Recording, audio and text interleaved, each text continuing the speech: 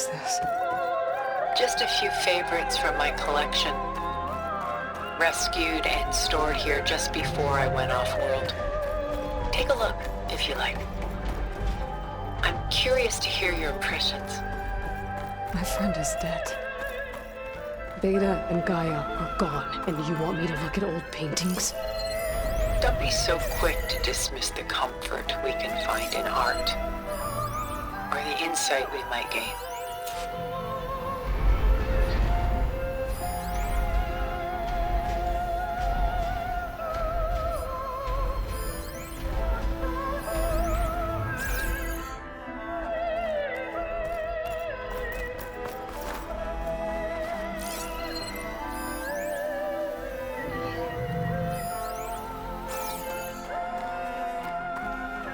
Portrait of the painter, Rembrandt's son Titus, depicted in the habit of a monk.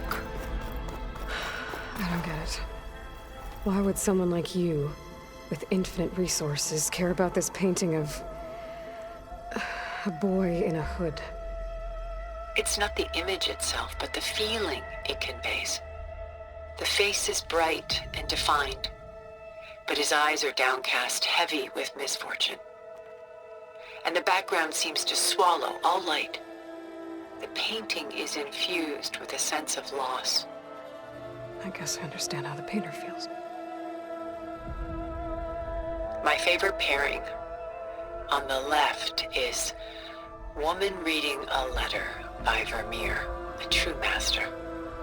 And on the right is a forgery, Woman Reading Music, which fooled experts into believing it was a priceless original. Early in my career, I became fascinated with such deceptions. Eventually, I developed scanning software that could detect fakes with unparalleled accuracy. Is that how you made enough money to buy your way onto the Odyssey? Oh no. I made my real fortune later.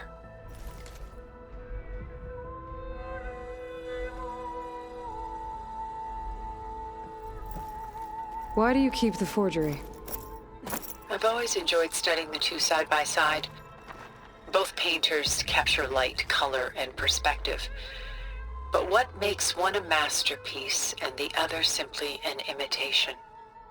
The forgery looks sharper? Good eye.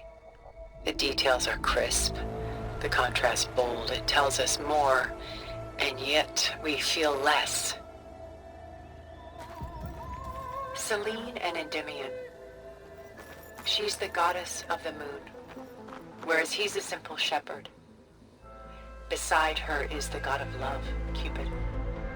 So she's sneaking up on him? More like visiting him in secret. The torch that Cupid bears represents Selene's undying infatuation with him. Though the two must remain apart, her love will forever burn. This is Rembrandt painting Jeremiah, a man in mourning. Mourning what? His home. The ancient city of Jerusalem. He foresaw its impending doom, but could do nothing to prevent it. So instead, he saved its treasures from destruction, just as I saved these works. You could say we're kindred spirits. Rembrandt's The Night Watch, by far the most famous painting my homeland ever produced. It was commissioned to honor a militia made up of influential citizens. I guess you must have been an influential citizen. In my day. But not as influential as you've been in this new world.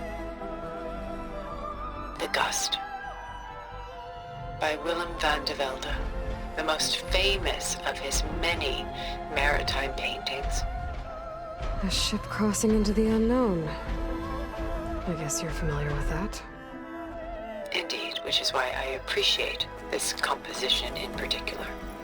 Though waves and wind threaten to destroy the ship, it perseveres, clinging to the light even as darkness closes in all around it. Stunning, isn't it? paintings weren't the only masterpieces of my people's golden age. This is Von Vianen's leaded ewer, molded from a single sheet of silver. What was it for? How like Elizabeth you are. Function over form. Its practical purpose was less important than its meaning. Von Vianen created it in honor of his late brother, who himself was a famous silversmith. A memorial. Yes. Such beauty from sorrow. She's pulling out her own hair.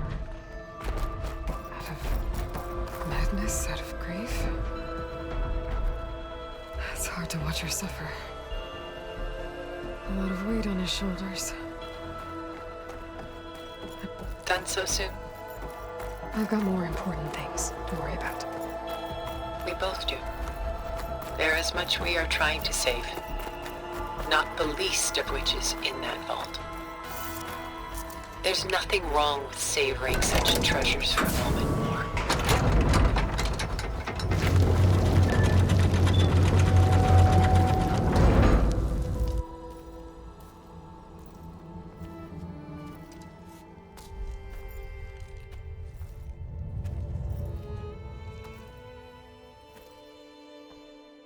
There you are.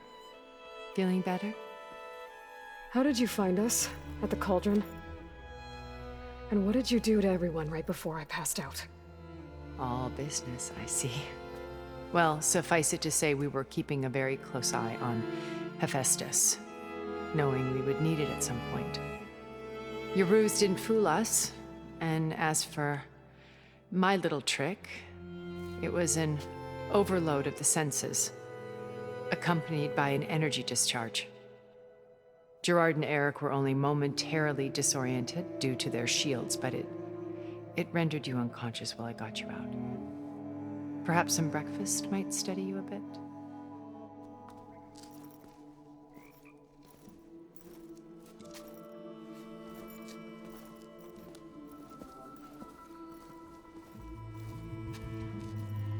This was your house.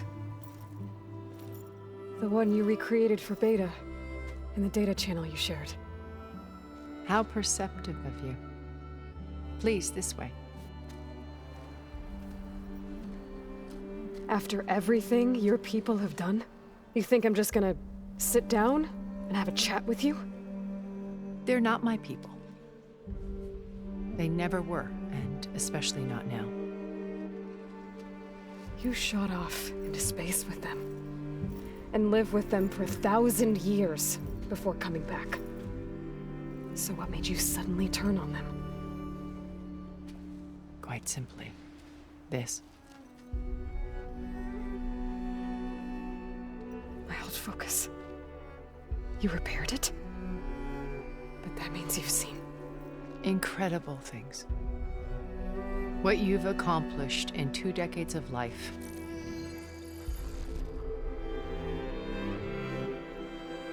A 1,000 years at my back, and I haven't even come close.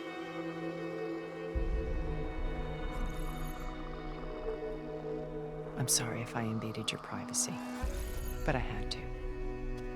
In order to understand. To be enlightened. You truly are Elizabeth's blood. With her drive, her sense of mission, her integrity. Watching all this shamed me for the company that I've kept. Having seen it, all I want is to help you. Even if it means stopping your friends? Especially so. Please, sit down.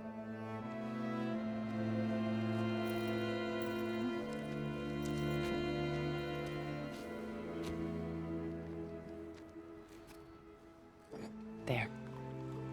That's better. Now, we must recover Beta and Gaia at all costs. By now, you must know that Gerard intends to use Gaia to reboot the Earth's biosphere. Remaking this world to specifications that would only suit us immortals. This process will kill every living thing on the planet. He calls it a clean install. Not if I stop him first. Not if we do.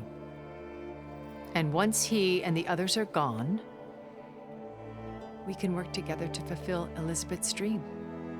I'm sure Beta told you that there's a build of the Apollo database on board our ship. A complete collection of human knowledge. With that and Gaia, we could do everything Elizabeth wanted. Heal the biosphere, educate the people of this world, uplift them. Create the world she imagined. Let's not get ahead of ourselves. From what I've seen, your friends are invincible. I do wish you would stop calling them my friends. And they're not invincible. In fact, a friend of yours has found a way to defeat them. Silence. Oh, he's been a busy bee, building an army powerful enough to crash through Gerard's precious base. Yeah. Regala and her rebels. Even now, she's preparing a final march on the Tenakth capital. When she wins, she'll have the entire tribe under her control. Hundreds of warriors and machines to throw at the base. She's been duped. They'll all perish, of course. But it should be enough to break Gerard's defenses and allow Silence to kill him. Along with all the others. Using the new weapon he's developed. Yes, he's found a way to circumvent our shields. Truly an exceptional man. He's planned for everything. Except you and me. You see, while his army is battering down Gerard's doors, you and I will sneak in through a back way. One that only I know about. While Silence and my friends are busy battling each other, we'll take back Beta and Gaia. I told you I want to help you. I mean it.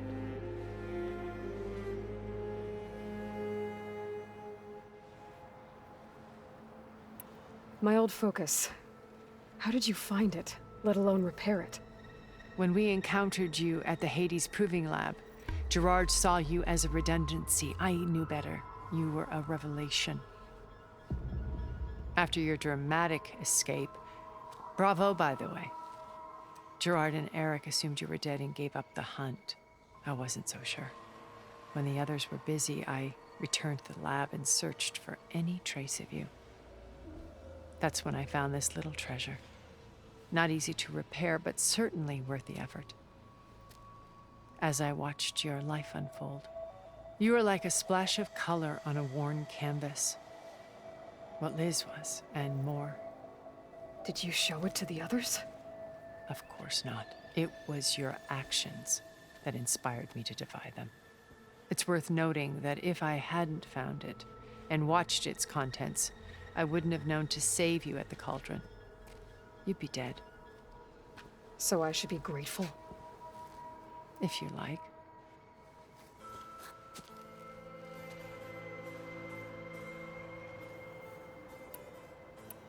So you know all about me. What about you? What would you like to know? Well, start with your life on Earth.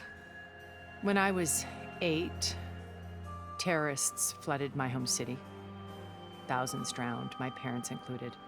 I was one of the few who survived. My guardian sent me to boarding school. Among my peers, I was the strange girl, the orphan to be avoided. All because of circumstances beyond my control. Oh. So we're a lot alike, huh? Aren't we? You were an outcast. But you didn't let that stop you from getting what you needed. Neither did I. I climbed my way out of desolation and used my wits to build a fortune. First, from the technical analysis of art and the detection of forgeries. Profitable expertise in those days. But as it turned out, the software I developed was even more useful for counterintelligence. From there, it was only a short step to gathering extremely valuable intelligence on my own. You were a spy? More like a service one could turn to for information. I had to remain anonymous, of course, to protect my privacy. But despite that anonymity, Far Zenith inevitably sought me out.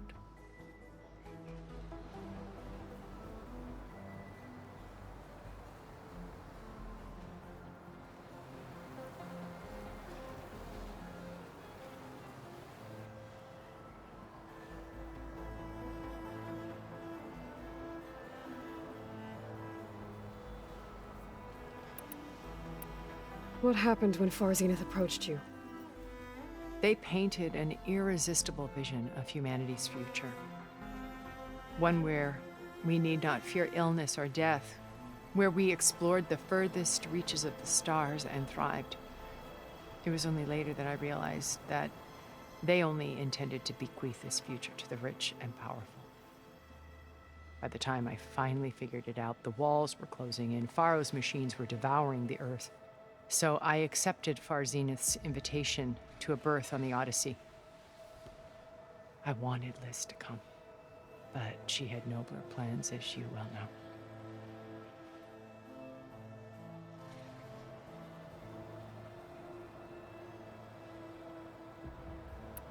So you didn't know the other Zeniths were monsters until it was too late? I knew some of them were, certainly.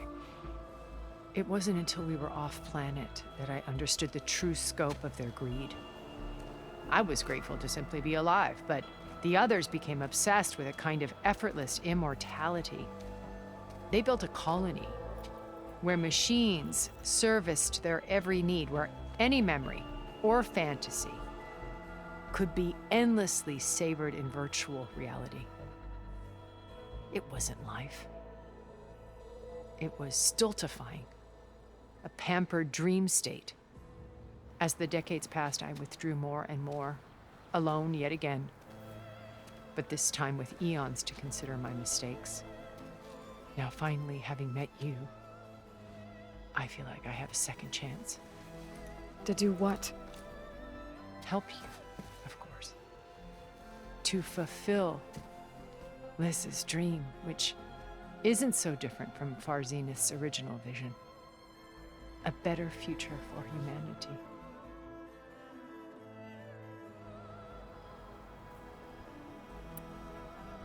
You said Beta is not in urgent danger, so what are the Zeniths doing to her? Putting her to work. Merging Hephaestus with Gaia. A difficult, time-consuming task, as I'm sure you know. They will compel her if need be. But her life is not in danger. She's the only one who can do it. Because you people made her to be nothing but a tool. Gerard's idea, not mine. They always viewed me with suspicion when I attempted any form of kindness towards her. That's why I created the Data Channel. A virtual place where we could speak in peace.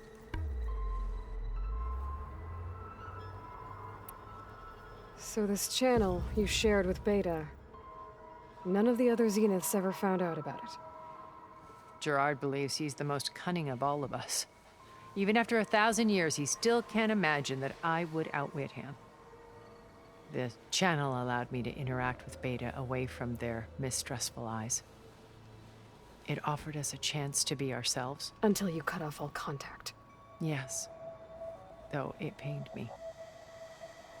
I was worried that our meetings would do her more harm than good.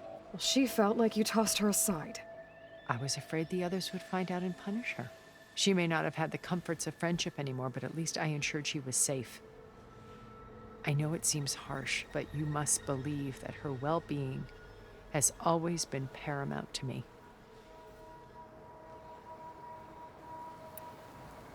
Why did you make the Data Channel look like this place? I built this house as a shelter to weather any storm. A safe place. Not just for me, but for the art stored below. Cultural artifacts of incalculable value. Truly some of the greatest achievements of human civilization. And you wanted Beta to see them? Yes. Her upbringing was so cold and technical. I thought if she could experience Vermeer and Rembrandt, it would bring something else into her life. A heritage every bit as valuable as the scientific and technical data being drummed into her. I'm sorry I had to cut off contact, but I'll never regret sharing this house with her. She needed its shelter even more than I did.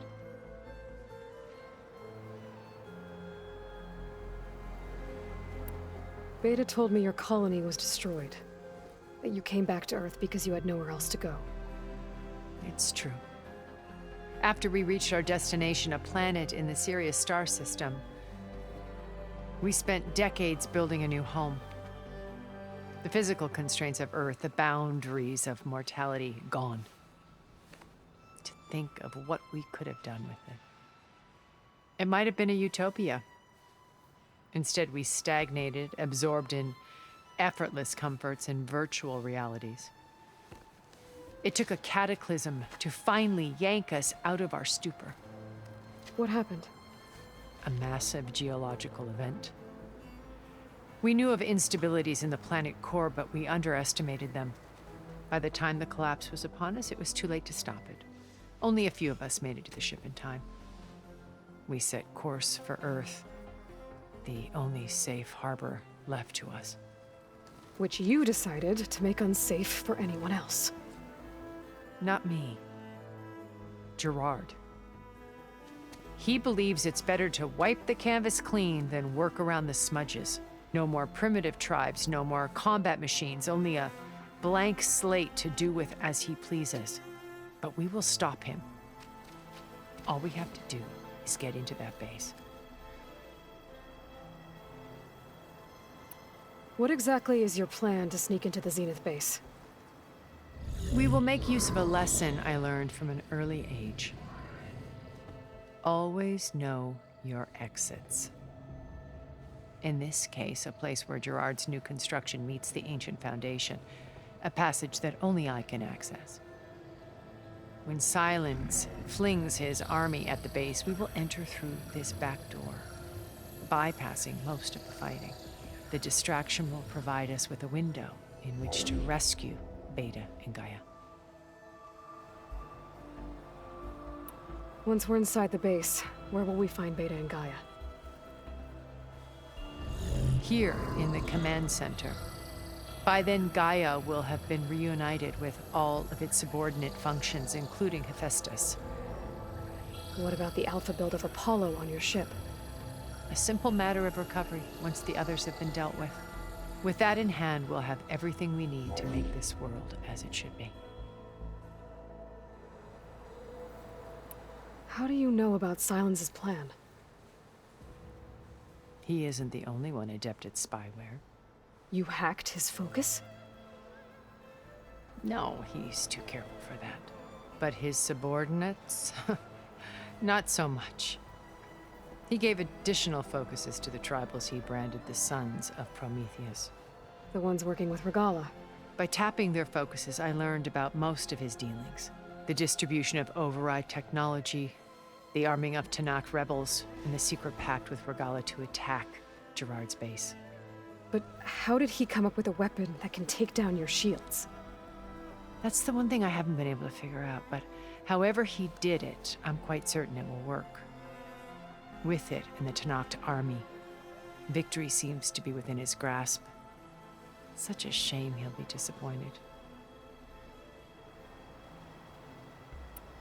Regalla's only interested in killing Hekarro and waging war on the Karja. What does she have to gain by attacking Zenith? It's the price she must pay for her war. Without the ability to override machines, her little rebellion would have languished in the desert. So she trades with the Sons of Prometheus. Machines to help her overthrow Hekarro. In exchange for an assault on the base. Pride has deluded her into thinking she can actually survive such a battle. And all without ever knowing who the Sons of Prometheus really answer to. Yet for all of Silence's brilliance, still he underestimates you.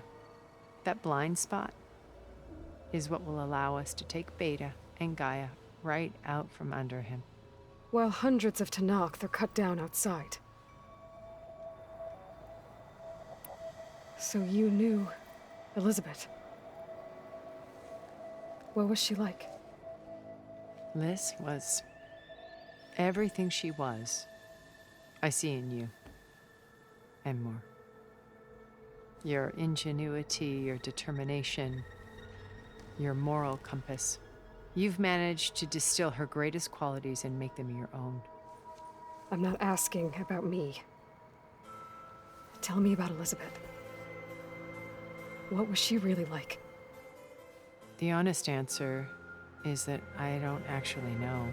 For all the time that I spent with her, she always kept a part of herself locked away. It was like that from the moment we met.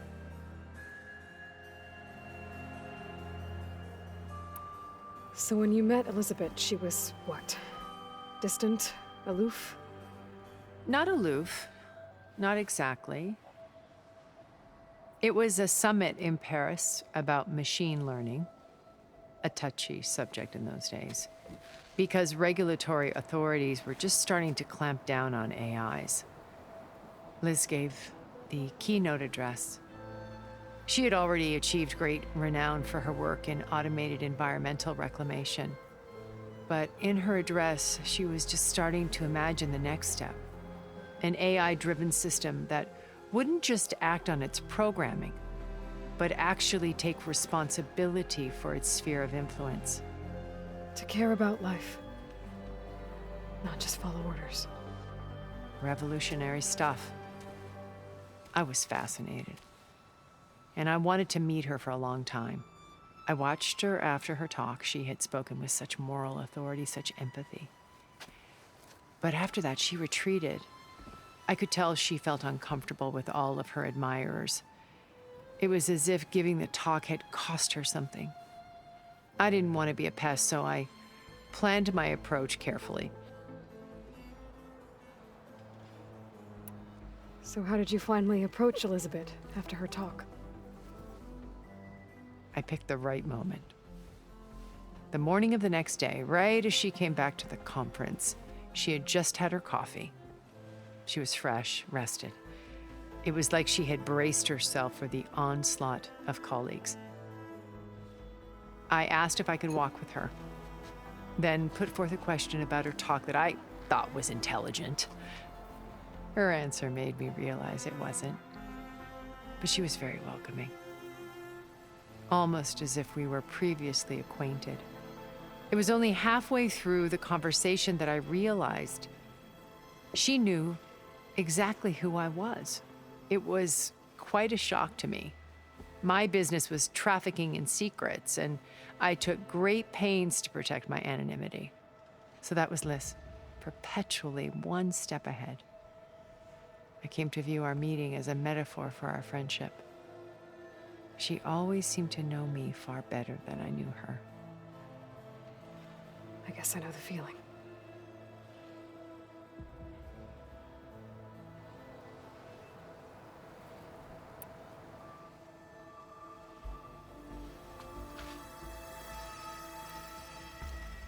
First Varl. Now Hekarro and the Tenakth. Your plan would wipe out an entire tribe. There has to be another way. We are in an admittedly desperate situation, but I assure you there isn't. Remember Zero Dawn. Elizabeth's sacrifice. Sometimes many have to die for a new world to grow. If it looks impossible, look deeper. Wait. The data channel. It still exists, doesn't it? I need you to open it. Let me talk to Beta. Impossible. We might be detected. It's worth the risk. There is another way, one where the Tenakth survive. But we won't. If the others... If you want to help, open it.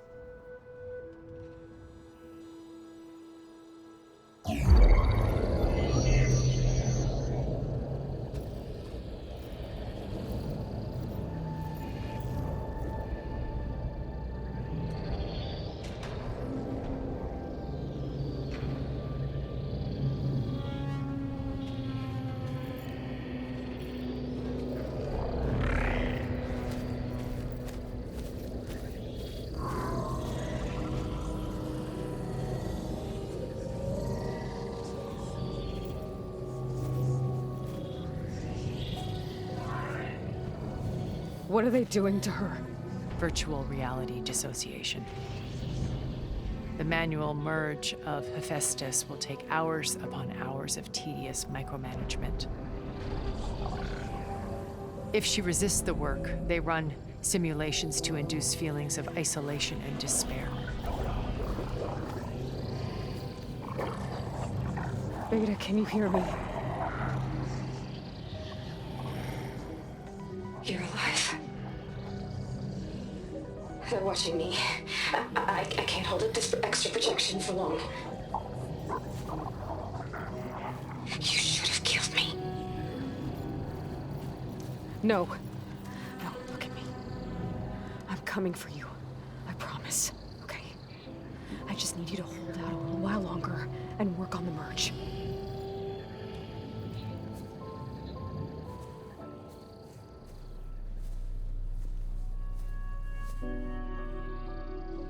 Then I think it can be done. I'll contact again when it's time. Can you hold on? As long as I know you're coming for me, I can endure anything.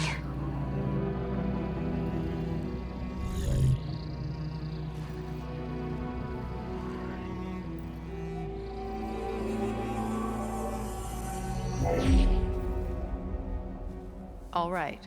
I did as you asked. Now I think you need to tell me what you're planning. I'm going to take Sylens' army away. I don't need it. Only the weapon he made to penetrate your shields. And how do you propose to get it? Ask him nicely? Without Regala and her rebels, he won't have a choice. We'll be his only option. Only option for what? What did you tell her? That is between me and my sister. Will be Sylens' only option for crashing that base. I'll tell you the rest later. But first, there are a couple of things I have to do. Oh. And what are those? Lay my friend to rest. And then I'm going to use the override that Beta gave me at Gemini to put an end to Regala's rebellion. From the air. Wait. Since you insist on doing things your way, I know of something that will truly help you make a grand entrance with the Tenakth. The ancient Horus Titans still possess electromagnetic energy cells as part of their arsenal. Drop one of those on Regala's army and they'll receive quite a surprise.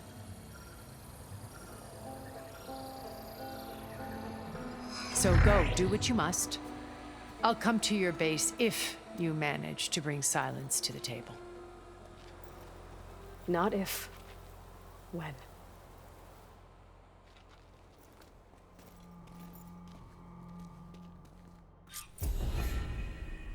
Erend, are you there? Aloy! Aloy, is that really you? Yeah, it's me. Where's everyone else? We're all... we're back at base. What happened? It might be easier to explain in person. I'll try to join you there when I can. Okay. We'll wait here for you. It's good to hear your voice, Aloy.